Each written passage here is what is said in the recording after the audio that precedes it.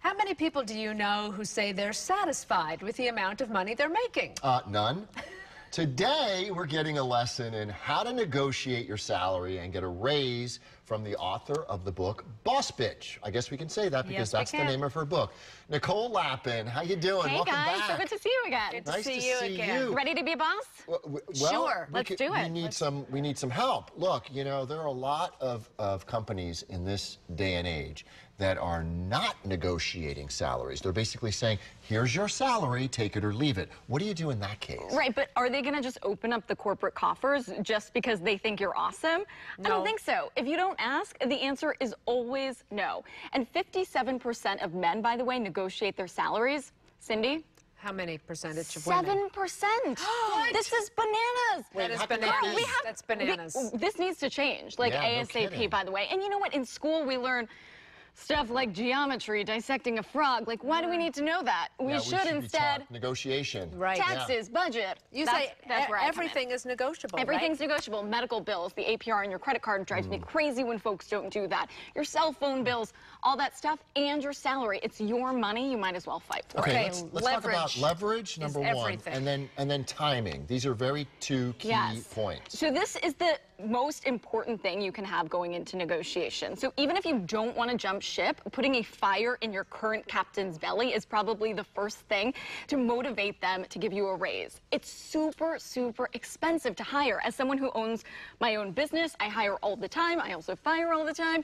But the whole process is time-consuming, energy-consuming, money-consuming. So if you're good at your job, they're going to go above and beyond to keep you if you say, hey, I'm going across the street. Now, you know, before we get to timing, which is very important, timing was so important in your career because you started at age 21 and you didn't want anybody to know your age. I started in finance at 18. But you like started more than at half my CNN life. Yeah.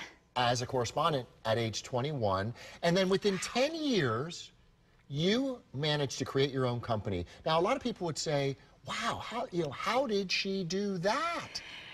I burned my corporate bra, so to speak. You know, I wanted to reach an audience that needed this information most. So yeah, I was super lucky to be a decade in network news and talking about business and finance to old, rich white dudes. And I'm not editorializing there. You can look at the Nielsen ratings. And I wanted to reach my former self, this girl who was smiling and nodding and not joining business conversations.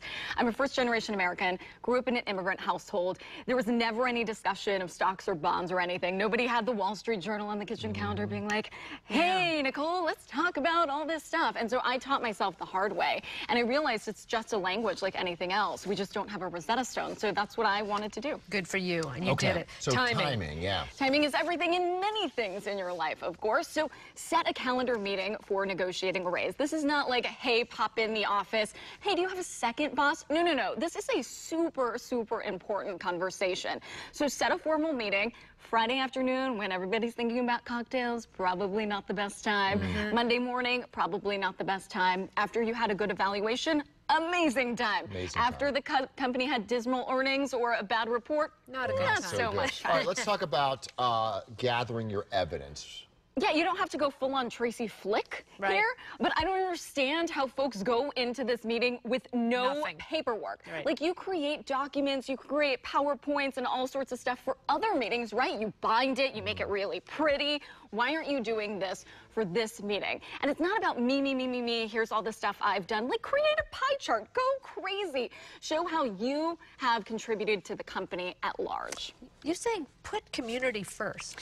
Yeah, so you want to talk about being a team player, right? Nobody likes a diva. Nobody likes someone who's me, me, me, because that gets you a no, no, no very quickly. So show how you've contributed to the company at large. Okay, and so what happens if you've gathered the evidence, you've picked the right time to go into your boss, and they still say, no negotiation, here's your salary, take it or leave it. Okay, so here's what you say to that. And if you don't take it, they post your job. Right.